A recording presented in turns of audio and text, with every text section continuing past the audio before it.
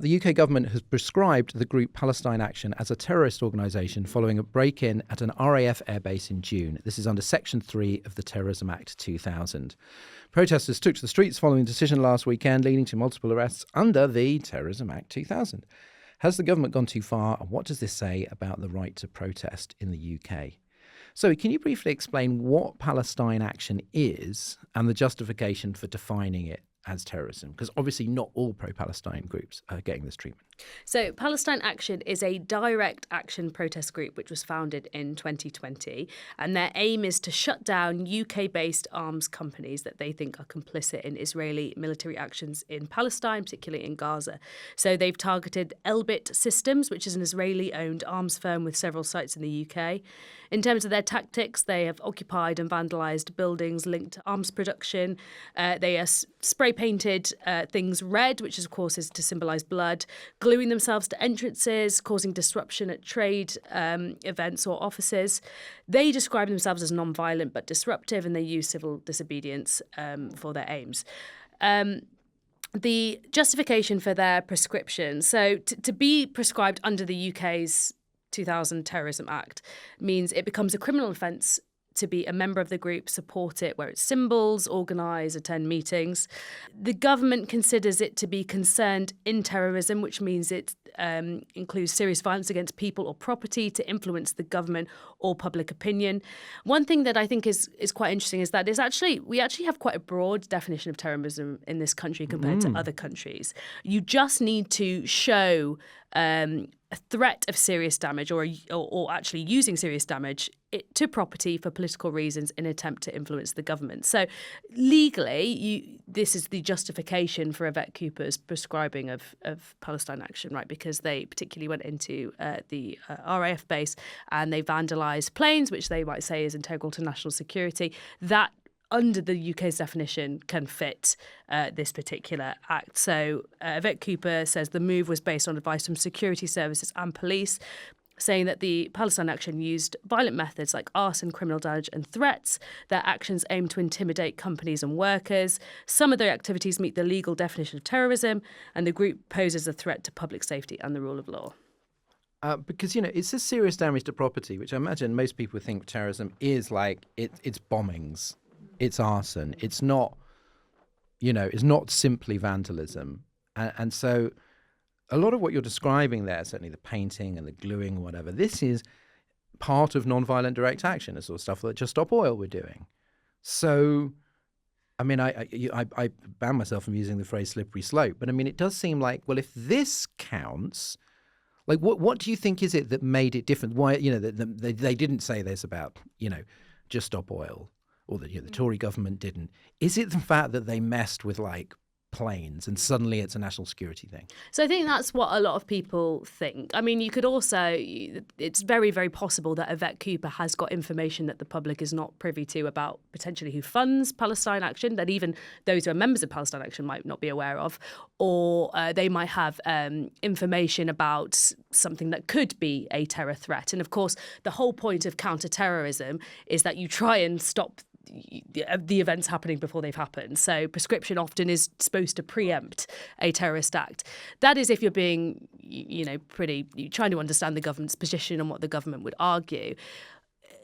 What is more, I think what raises questions is that we already have a pretty draconian set of laws in the form of the Public Order Act, which can prevent groups from taking place. It can have restrictions on protests. The big question is, why did the government feel that wasn't enough to stop Palestine Action from doing whatever it was that they were doing? And that is where I think you have to look at the political motivations. So Nigel Farage was calling for Palestine Action to be prescribed before it was. There is a lot of pressure on the government to be very, very firm on this type of protest. It's become almost a culture war issue. There may be information that the government has that they were worried there would be a genuine terror threat, but it does look to be, I think, for many people, politically motivated. It's a real normative problem, I think. I mean, when you think of terrorism, you think of terror. And quite frankly, what Palestine Action are doing is not terror. Right. And in fact, it's attacking weapons. It's attacking planes that are used for violent purposes, and I think that's the real problem, and that's why it's such a stretch and such a struggle. I get the impression that this was a bit of a shortcut, a bit of legislation where they felt they could crowbar Palestine Action into this because it was the quickest way of enacting a ban. What surprised me is 81 groups are prescribed under Section 3 on the British mainland, 14 more in Northern Ireland, which is covered by different legislation, but similar deal. That is a lot of groups that are prescribed as terrorists. Colin, in the US, we noticed pro-Palestine student protesters have been targeted for expulsion, deportation, sort of fully demonized. And so far this year, apparently 41 anti-protest bills have been introduced in 22 states. Now, America is very proud of the First Amendment. How does that relate to all of these anti-protest bills, to the targeting of student protesters, particularly on the Palestine issue? Like, is the First Amendment going to sort of step in? There's been a little bit of a double standard in the U.S. about when it comes to Palestine.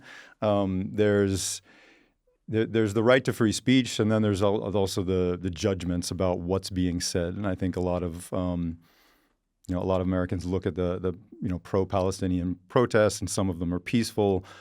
Others use language that sounds potentially hateful, right? And so these protests often run the gamut, right? And I think and so when protests involve language like from the river to the sea and things like that, it makes it a little bit easier, I think, for the authorities, whoever those might be, but also the universities themselves, to maybe crack down and say we're going to ban this protest altogether because maybe it's a hateful protest, because certain phrases are kind of triggery, and they almost make it sound like you are calling for the elimination of the Jewish state, and that's the sort of justification that's given. I think that's probably what the justification is in many of the states that are enacting these. So I think they're thinking about this under the auspices of hate speech, right, for the most part, like when these protests use that sort of language, but not all of them are doing that. Many of them, probably most of them, are not doing that. So, but if any of them are doing that, then you can possibly sweep them all up with a bigger. But of course, there's hate speech on the right, and traditionally, you had the ACLU defending the right of, the Ku Klux Klan to march and stuff. There's generally been a feeling that even this would be protected. And on top of that, Trump pardoned all the January 6 rioters, and that was a pretty spicy protest, which involved violence and death. Again, I mean, does it matter that it doesn't add up? Does it matter that it's purely partisan and it's like, is it one rule for our lot, one rule for your lot?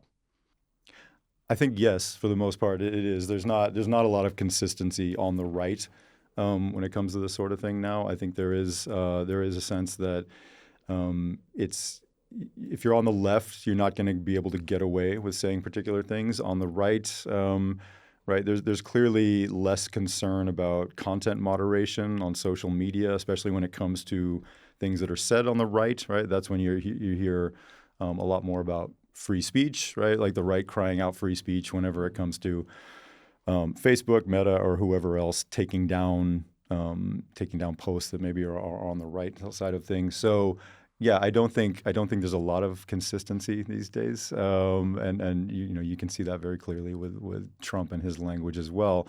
But yeah, more broadly in the Republican Party, I'd say it's an issue. Ros, we talked about this with the kind of the kneecap controversy prior to the Bob Villain controversy, and we said that there was hypocrisy, that free speech has become very sort of right-coded generally in British politics, as in American politics. But certainly with kneecap, you had the sort of left being absolute free speech absolutists, just going, you should be able to say anything. And I was like, hang on, that isn't what we have been saying recently. I mean, do you think that is just, that the hypocrisy is just inevitable, that there really is, when human beings with political impulses are involved, there is simply no such thing as a pure debate about what is and is not allowed. Yeah, and I mean, in a way, rightly so, because what constitutes acceptable and unacceptable speech is inevitably going to vary, especially in a society as diverse as ours or as diverse as America. It's always going to happen. And ideally, it wouldn't be mired in this kind of hypocrisy, but it is. It comes down to the old, freedom to and freedom from, and I don't think it actually divides on left-right lines in any kind of meaningful way. I think that's the wrong way to look at it. It divides along what topic you care about the most, and when you care about that topic, you will want speech restrictions on that topic, and things that you care about less, you will be more open to being very liberal. But as we were saying, the right has, in Britain, essentially hijacked laws that the left supported, in particular around hate speech, and turned them to its own ends, which is a very canny thing to do. I mean, the aim of the left has been to protect people from hate speech, and hence the element of the law that basically says hate speech is hateful if the victim or a witness says that it is hateful. That is a very low barrier to climb legally. It's very low, and it creates all kinds of problems, especially more so given that you don't just have, even if it's not prosecuted, it can be recorded as a hate incident by the police, and then it turns up on your DBS, and people don't feel that they've had any right to defend themselves against the charge of hate speech. So that's creating problems.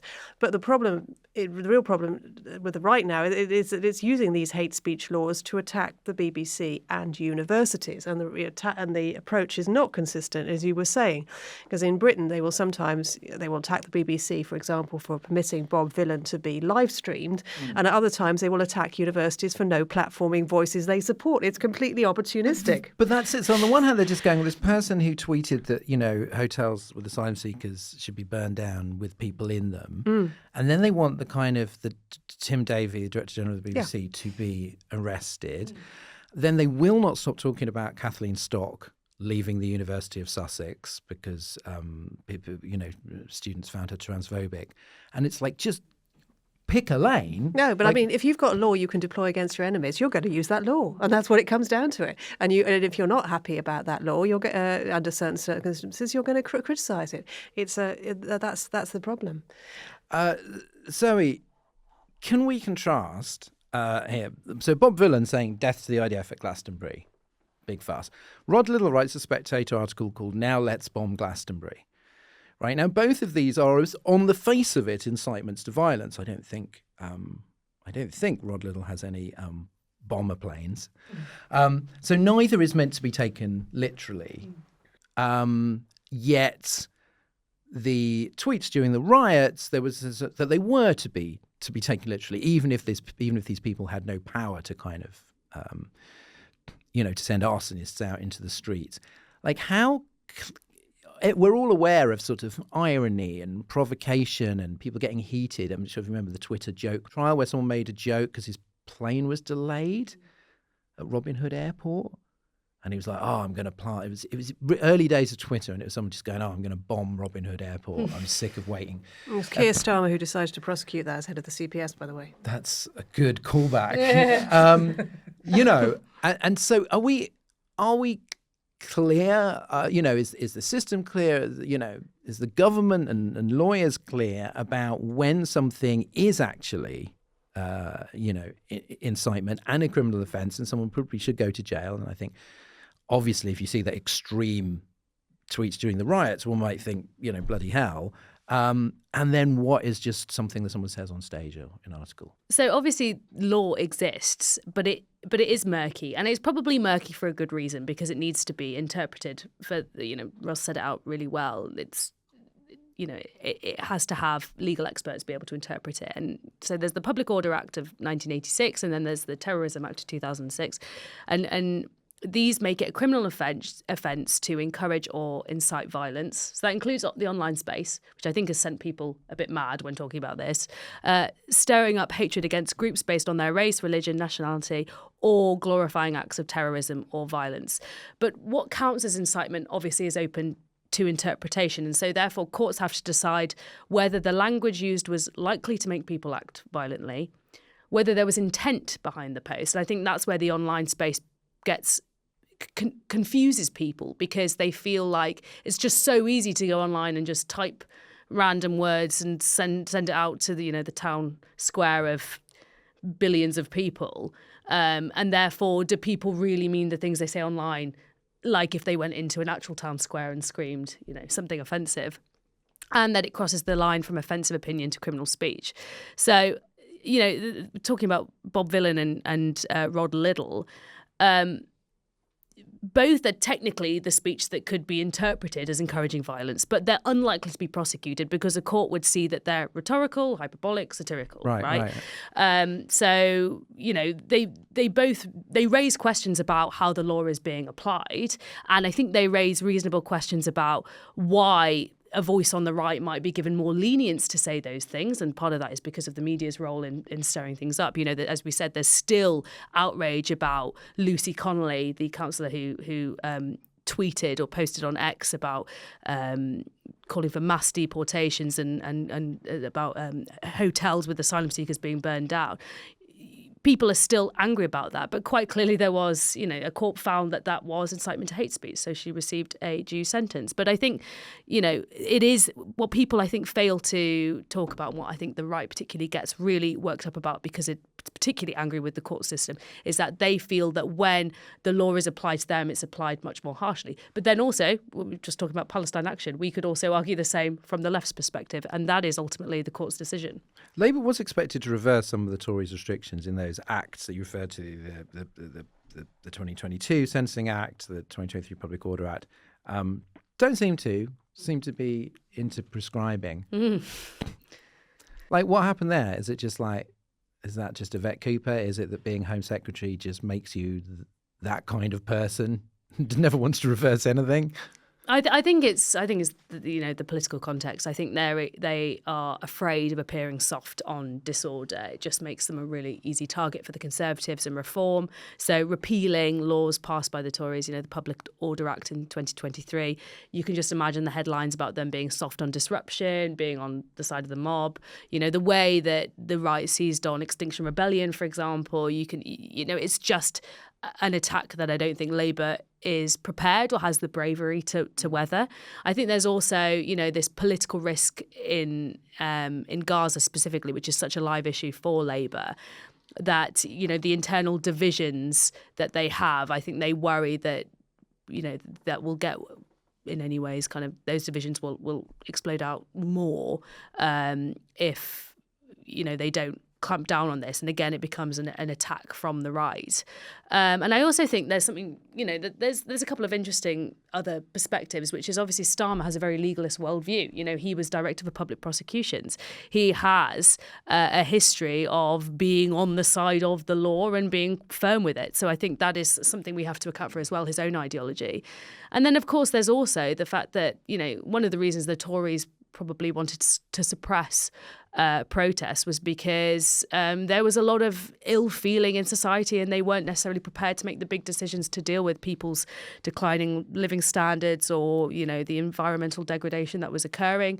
And Labour don't really seem prepared to take those big decisions to deal with that either. So, if you were being very cynical, you could argue that it's much easier to clamp down on people's right to protest than to deal with the material conditions that are forcing them into protest. I think there's also an trust us thing going on. I mean, because the Home Secretary so often has an input into what is done around the decisions that are made around protests in particular, in conjunction with the police, there's a kind of, well, it's a Labour government. We're not going to do anything too draconian because we're Labour. We're not the Tories.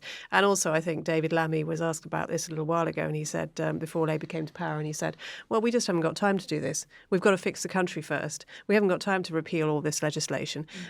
When you have the powers as well, why would you let them go? If you're going to be able to crack down on a protest like this, and you don't want it to happen, it's very difficult for governments to row back on legislation, as Zoe was saying. It's a complete anathema to them. It does feel as if Palestine Action and Bob Villan attract more condemnation than the actual Israeli Defense Force, which has been proven to be killing civilians, queuing up for food day after day. I mean, people know what's going on there. Does it Does this seem particularly sort of egregious that it is a group called Palestine Action at a time when, although the government is doing things, for example, imposing sanctions on the far-right cabinet ministers, clearly for a lot of people who care about this issue, they're not doing enough. And it seems like, oh, now you're interested. So is there a kind of like, because they did lose seats over Gaza in the last election. Yeah, these are proxy fights.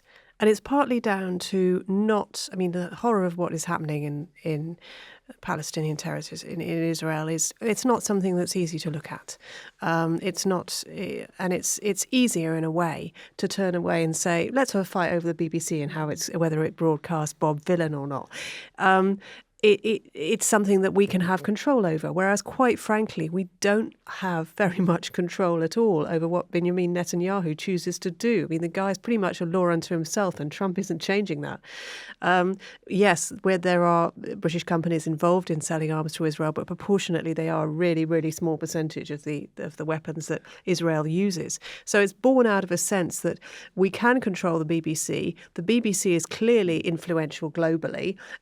We want to be able to make sure the BBC isn't biased, and this is why you have, quite frankly, on both sides BBC bashing.